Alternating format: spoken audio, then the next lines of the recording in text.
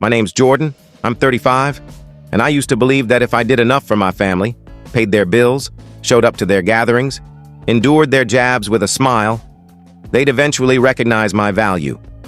Turns out, all it earned me was a folding chair in a corridor and a cold box of noodles while they toasted with sparkling wine. It all unraveled on a Friday night.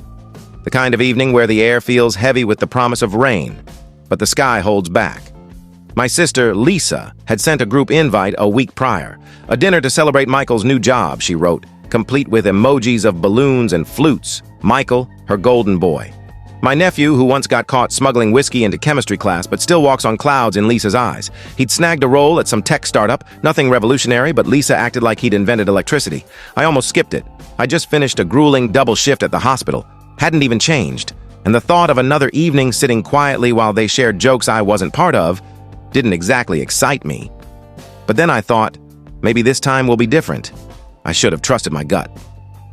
I arrived in a pressed shirt and jacket, hair neat, teeth clean, carrying a modest gift, a leather journal and a fountain pen, something to mark Michael's new chapter.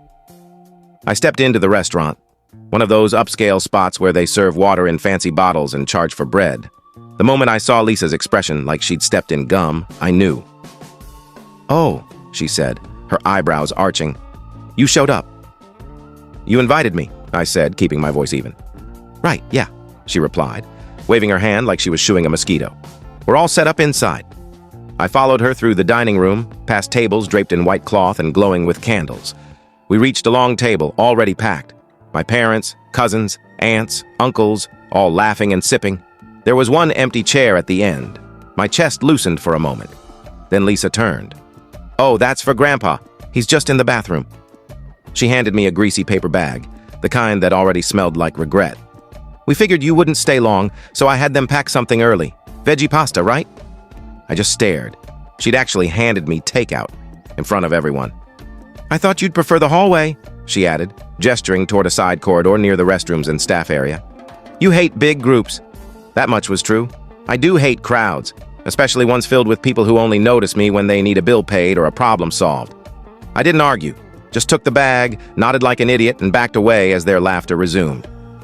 I found a bench outside the restroom hallway next to a plastic fern and a fire extinguisher. The air smelled of bleach and something charred. I opened the box. The pasta was already cold. As I poked at it, I thought about the past few years. How I'd covered Lisa's electric bills more times than I could count. How I'd co-signed a loan for my parents' new SUV. How I'd fronted Michael cash for his first apartment's deposit. No one ever paid me back, and I never asked. I figured, it's family. They'd do the same for me, but I knew, deep down, they wouldn't. Half an hour passed. I checked my phone, no messages, no calls, no one checked on me. The staff gave me pitying glances as they passed. One even asked if I was lost. I almost laughed. Then about an hour in, I heard glasses clinking, the toast. Lisa's voice cut through the chatter like a knife. "To Michael, our shining star, you make us proud." Cheers erupted. Applause. Someone thumped the table. I shut the container and tossed it in the trash by the bathroom. My appetite had vanished. I was about to leave when a waiter approached, a sharp-looking guy with slicked back hair and a silver stud in his ear. He smiled politely, glancing at his notepad.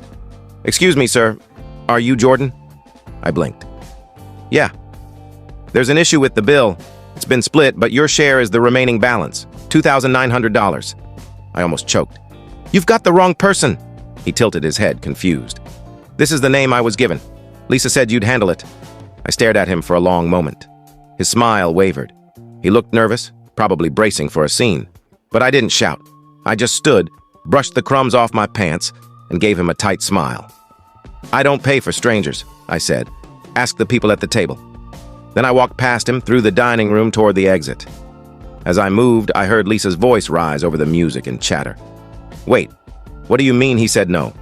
He's family. He always pays." I kept going. The last thing I saw before pushing through the door was Michael glancing up from his phone, confused, and Lisa scrambling from her chair, a flicker of panic on her face. I didn't look back. Outside, the night air hit me, and something inside me broke free, quietly, like a thread snapping on a worn jacket. I didn't drive home right away. I sat in my car, engine off, hands on the wheel, staring into the dark as my mind replayed every slight I'd swallowed at that table. Every jab they called affection. Every time Lisa said I was too sensitive. Every birthday they forgot. Every bill they assumed I'd cover because I'd made it. I checked my phone. No texts. No apologies. Just the silent confirmation of what I already knew. I wasn't family. Not the way they saw it. I was their bank with a heartbeat. The extra seat. The emergency contact they only remembered when a payment was due. I went home, opened my laptop, and got to work. What Lisa and the others didn't know was how much I'd been holding together for them. Tired of their constant defaults, I'd put my name on more than just their bills. Lisa's mortgage? In my name. Michael's car? Me? Even my parents' property taxes set to auto-pay from an account they couldn't touch. I didn't do it to control them. I did it thinking I was saving them, believing one day they'd see me and say, "Thank you, Jordan. We're sorry." But they didn't. And that night, after being handed cold noodles and a bill the size of a car payment, I realized I'd been propping up a house of entitlement. So I stopped. Quietly, deliberately, without warning. First, I logged into Lisa's mortgage portal and turned off the auto-pay. I left the next due date untouched, a red flag set to hit in 12 days. I scheduled a certified letter, one she'd have to sign for, stating the house would revert to my ownership in 60 days if she didn't pay. Because here's the thing, she hadn't read the fine print on the agreement I had her sign when I bailed her out of foreclosure 4 years ago. She thought I'd just helped. Number, I'd bought the house. Fully. She was listed as a tenant. Legally, I was her landlord. Next, I pulled up Michael's car loan. I'd covered the down payment and 16 months of notes ensuring he never saw a bill. He'd bragged online about buying it himself, some nonsense about rising from nothing. I canceled the payments and arranged a repossession. Set for early morning when he'd be prepping for his startup job, still acting like a big shot. Then, my parents' utilities, gas, water, electric, all in my name, all auto-paid. I stopped them all, 5 clicks. I added a note to each account. Do not restart without owner approval. They'd have to call me to turn them back on, which I wouldn't. By 3 a.m., I was done. My phone buzzed. Lisa texted, "Where'd you go?" The waiter said you bailed on the bill. I had to use my card. You could have warned me. 10 minutes later, "This isn't funny. You know we're struggling. Mom said you'd cover it." Then Michael, "Yo, can you spot me till Friday? My card got declined at the gas station. Weird." Then Mom, "Why are the lights off? Did you forget to pay? Can you call the company? Your dad's upset." By morning, I had 27 missed calls. By noon, 42. I muted my phone, played some music, took the day off, and went for a walk. For the first time in years, I felt unburdened. The fallout hit fast. Lisa called during my usual free hours, leaving a voicemail. Her voice was tense but controlled with a slight waver.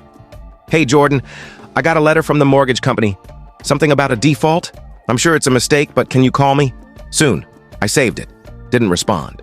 That weekend, Michael's Instagram showed his empty driveway with the caption, "Some people are just fake." He posted a poll. Ever been betrayed by someone close? Options: yes or always. I picked yes. By Monday, Mom called my work. The receptionist handed me the phone, whispering, "It's your mom." She sounds frantic. I took it in the break room. "Jordan," she said immediately.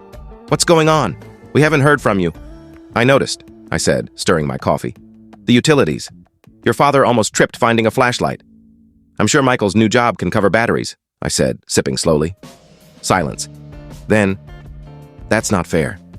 "No," I said. "What's not fair is me bankrolling people who treat me like a spare tire until they need cash." Another pause. Then, "Honey, it was just a dinner." "Exactly," I said. "A dinner that showed me exactly where I stand." More silence. Then the one thing I'd waited years to hear. Not an apology, just, "We need to talk." But I wasn't ready. Not yet. Because I had a feeling the real story was just beginning. I didn't block their numbers. Not immediately. I wanted to hear the voicemails stack up, let their desperation simmer. It was oddly satisfying hearing Lisa's tone shift from irritated to confused to that sharp edge of panic she usually saved for minor inconveniences. She tried every tactic. Guilt, flattery, even acting like it was all a misunderstanding. One voicemail. "Hey, can you call me?" "I think we got mixed up. I didn't mean to leave you out.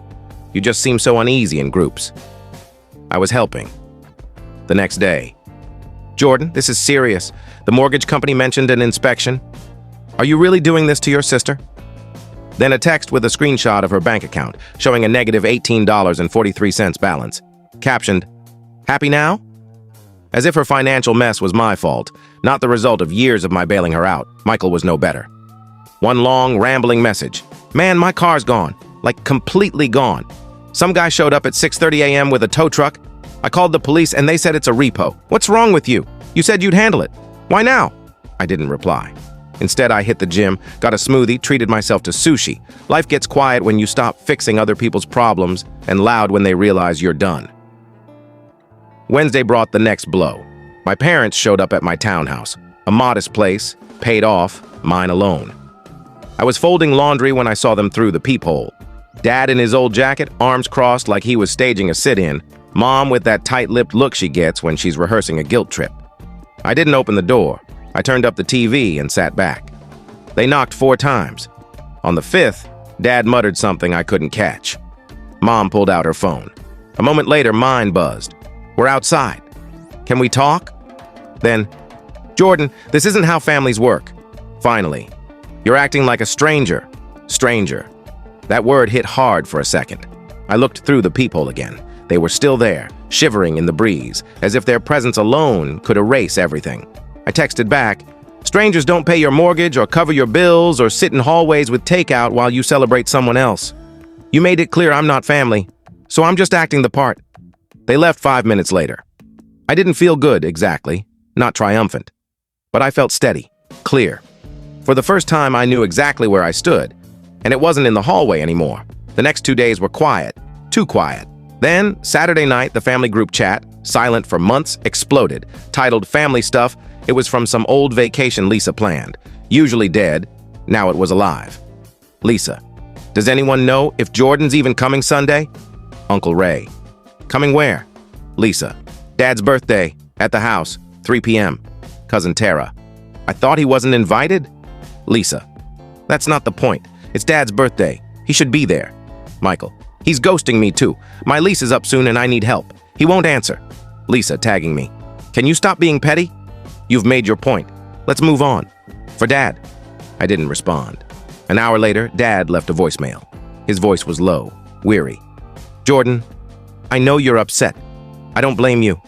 I wasn't proud of what happened at the restaurant. I should have spoken up. But I didn't.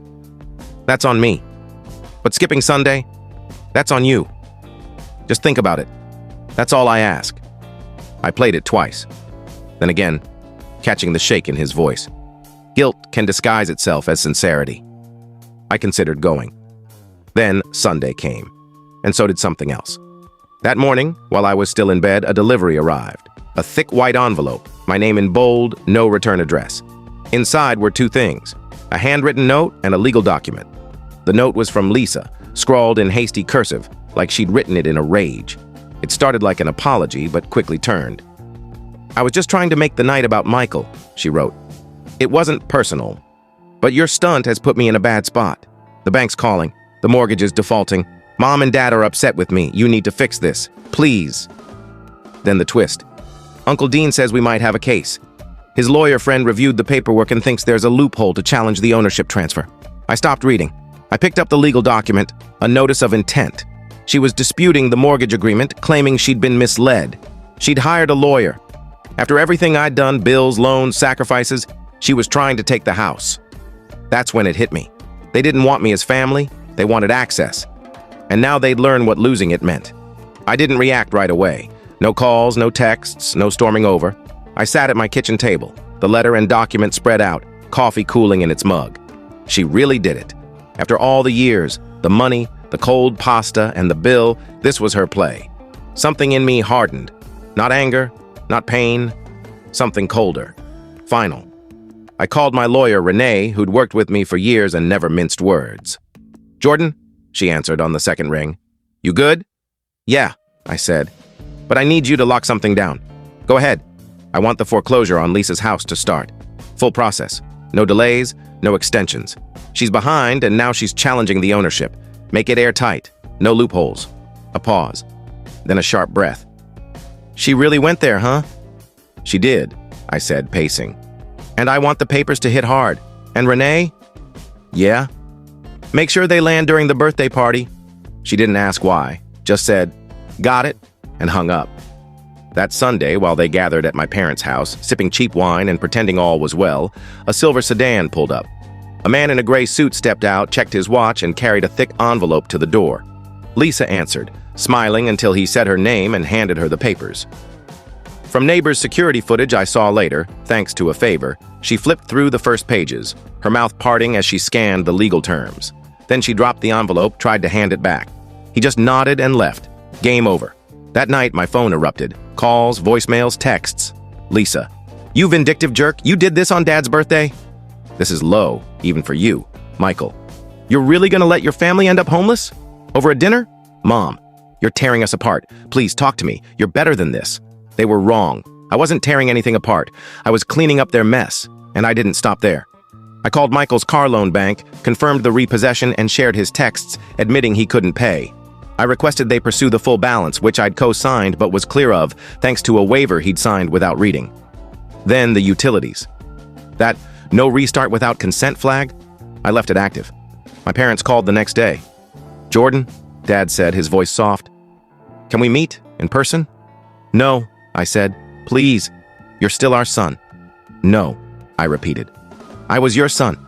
Then you laughed while I sat with cold noodles like a servant. You toasted the nephew I put through school, and when the bill came, you sent the waiter to me like I was the help. I didn't know, he said. You didn't care, I replied. But now I do, and I'm done. A week later, Lisa tried to meet me at work. Security escorted her out. She left a voicemail that cut deep, but not how she intended. You always play the victim, she said, her voice breaking. You act like we didn't love you. But maybe you're just hard to love. Always judging, always acting superior. Maybe that's why no one wanted you at the table. I played it twice, then uploaded it to the family's shared drive, labeled, What Lisa Says When She Thinks No One Hears. The fallout was quick. Cousin Tara texted, Wow, you were right, Uncle Ray. That's awful. You didn't deserve this. Even Grandpa, silent for years, called to say he was proud of me. The house went into foreclosure. Lisa tried to fight it, but she had no money or legal ground. She and Michael moved in with my parents, who got utilities in their name after paying a steep deposit for their bad record. I didn't lift a finger. They stopped inviting me to events, which was fine. I spent the holidays with friends who valued me for me, not my wallet. I hosted a small, warm dinner with people who asked how I was and didn't expect anything else. It took time to stop bracing for my phone to buzz, to stop feeling that pang at old photos, to stop questioning if I'd gone too far. But I hadn't. I set a boundary. I stopped being their safety net. And in doing so, I became something they never saw coming. Free. Lisa once said, Seats are reserved for real family. She was right. They are. And now they're all hers. I'm not at the table anymore.